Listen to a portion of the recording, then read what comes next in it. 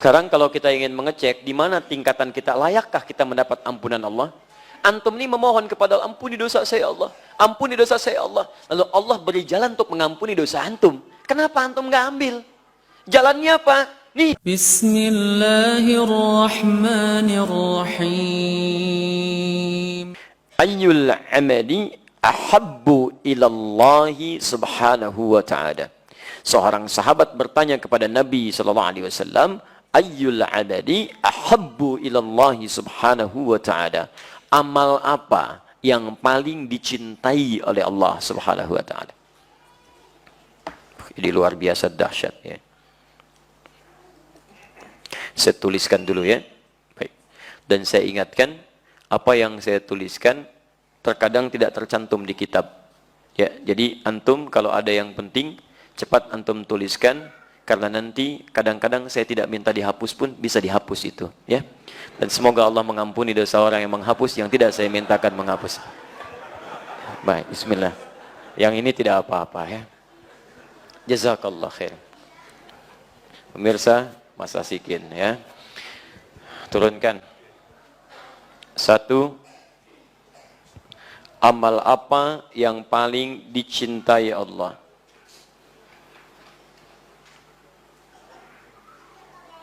Ya. Artinya, amal ini sangat dicintai Allah. Konsekuensinya ketika antum mengerjakannya, antum pun bisa meraih cinta Allah subhanahu wa ta'ala. Nah, sekarang perhatikan baik-baik. Apa gambarannya seseorang yang dicintai oleh Allah? Jika seseorang sudah dicintai oleh Allah subhanahu wa ta'ala, maka yang pertama Allah berikan akan mengampuni seluruh dosanya.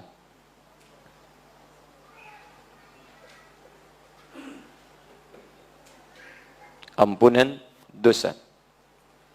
Dalil yang ditemukan di Quran, surah ketiga Ali Imran ayat 31, paling kiri sebelah atas.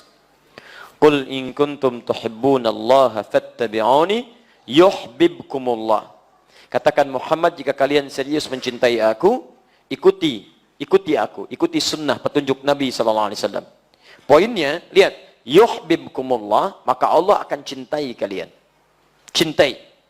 Nah, ketika Allah mencintai seorang hamba, apa yang diberikan? Wa yaghfir lakum dzunubakum. Yaghfir dzunub. Ya. Dzunub itu jamak dari kata dzambun. Kalau dzambun itu baru sedikit. Tetap dosa. Tetap dosa. Cuman dosanya tidak sebanyak yang ini bentuk jamak. Ya, Allah menurunkan kalimat dzambun misal di Quran surah Ghafir, surah ke-40. Kan? Allah sampaikan ayat ketiga, ghafiriz dzambi wa qabilit taubi. Ghafiriz dzambi. Ghafir dipasangkan dengan dzambun.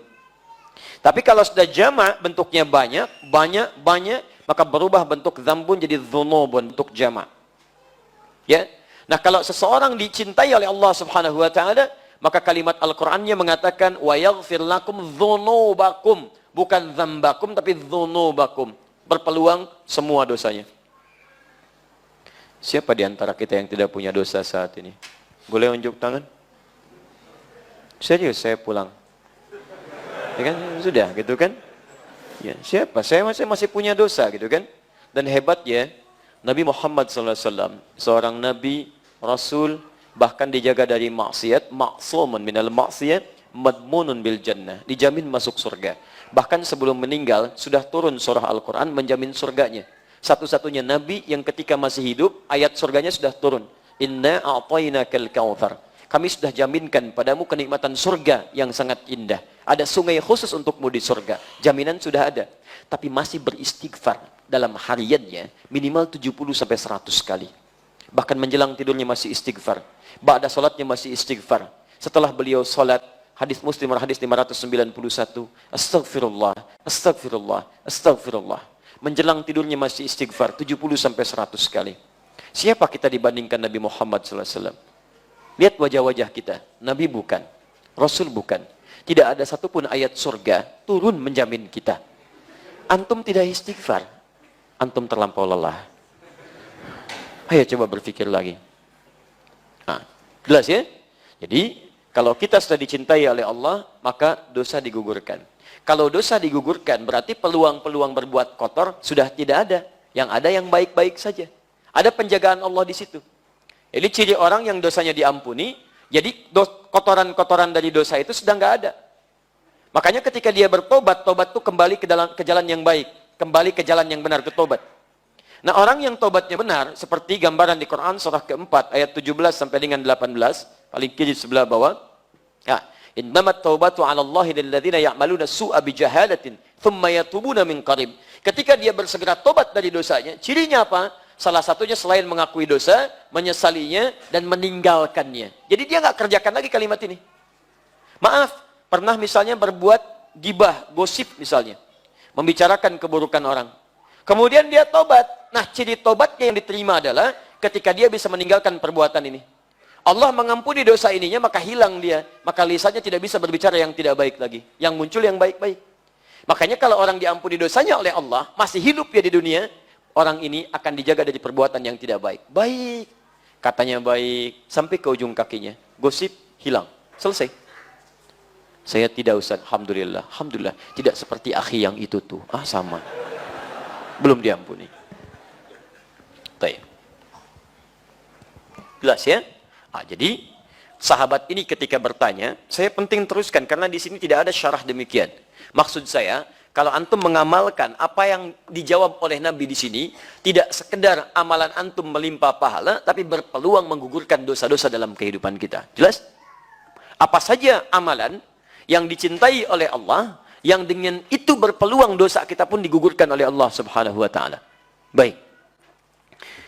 Satu, qala, beliau mengatakan, awas, fokus baik-baik ya. Kita amalkan setelah mendengar kalimat-kalimat ini. Pertama, as-salatu ala waqtiha.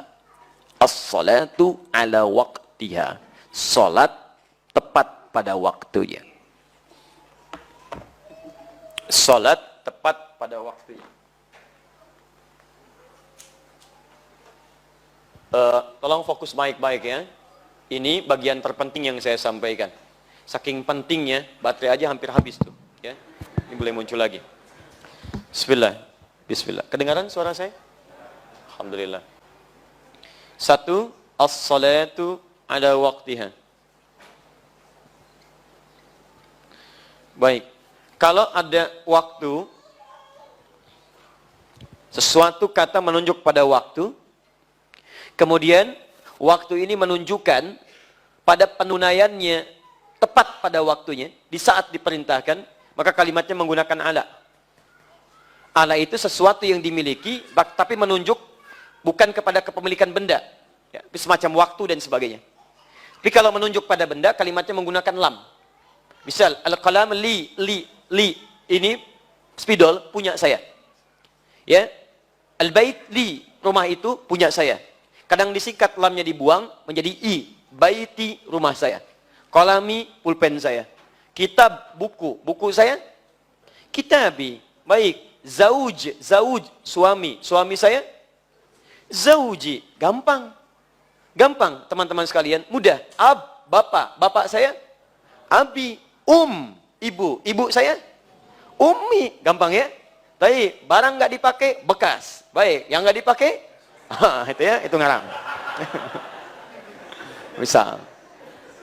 Ya, itu kadang-kadang ya suka muncul. Kayak gitulah ya. Halaman luar teras, halaman luar saya, itu ngaco ya. Udah sini, fokus baik-baik. Maksud saya, ketika waktu menggunakan kata ala, ini menunjukkan tepat pada masanya. Di amal yang paling dicintai oleh Allah, yang pertama, sholat, artikan tepat pada waktunya. Ala berarti tepat. Misal, besok subuh jam berapa? 4.15, 4.10, ayo berapa lagi? Baik. Yuk diskusi dengan teman, tanya kawan, call a friend, ayo. Baik, 4 berapa? Nggak apa-apa, beda, tidak ada masalah. Ini menunjukkan antum datang dari daerah yang berbeda-beda. Betul. Kalau sama Bekasi 4.10, sekarang naik 4.11 untuk hari ini. Tadi menyebutkan 4.15, berarti bukan daerah sini, Masya Allah. Betul, saya bersyukur kepada Allah, antum diberikan keringanan langkah. Dari sekian manusia yang hidup, antum yang digerakkan ke sini. Padahal saya yang ngundang enggak, DKM juga ngundang enggak, siapa yang menggerakkan langkah antum? Kalau antum sudah digerakkan, mustahil kalau bukan oleh Allah. Kalau antum digerakkan oleh Allah, dihadirkan di sini, duduk di sini untuk dirubah menjadi lebih baik, dan antum belum tersentuh jadi berubah, antum perlu dikemanakan lagi. Ya, dan memang settingan jam kita beda ya. Kita ambil yang tengah-tengah lah. Misal, baik, saya ambil 4.15 yang tadi antum sebutkan. Adzan subuh 4.15. Berarti waktu sholat disampaikan telah tiba. Baik, jadi 4.15 itu waktu sholat. Waktu sholat, adzan itu penanda waktu sholat tiba. Iqamat penanda waktu sholat akan dilangsungkan secara berjamaah. Di adzan penanda waktu sholat tiba. Jadi kalau antum mendengar adzan dalam situasi misalnya tertentu yang tidak memungkinkan ke masjid, misal sedang di perjalanan, sedang macam-macam, artinya waktu sholat itu tiba. Nah, kalau dikatakan as-salatu ala waqti subuh 4.15, berarti waktu 4.15 ini adalah dimulainya apa? Pertanda waktu sholat tiba. Pertanda waktu sholat tiba. Artinya, kalau kemudian dipanggil 4.15, sholatnya ingin kita tunaikan, ya, baik itu dimulai dengan sholat sunnahnya setelah adzan selesai, kemudian kita tunaikan sholat fardunya, maka mohon maaf, kisarannya tidak akan jauh dari sini. Jadi begitu adzan berkumandang, maksudnya antum sudah siap sholat, bukan baru bangun. Itu maksudnya. Jadi kalau adzan subuh 4.15 akan disukai oleh Allah, sholat tepat pada waktunya, maksudnya begitu dipanggil, antum siap sholat. Bukan Allahu Akbar, Allahu Akbar. Hati-hati ya, ini bagian yang pertama, 4.15. Jadi kalau 4.15 dipanggil, antum mesti bangun dari sebelumnya. Kalau tidak tahajud berarti jam 4 antum sudah bangun, itu kan? Siap-siap. Coba antum biasakan penyesuaian untuk kesadar sepenuhnya itu kira-kira berapa menit.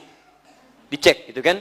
Kadang-kadang kan kondisinya beda-beda. Walaupun kemarin pun saya tegaskan, kadang-kadang alarm disettingkan 3 kali untuk mendapatkan 4.15, ya.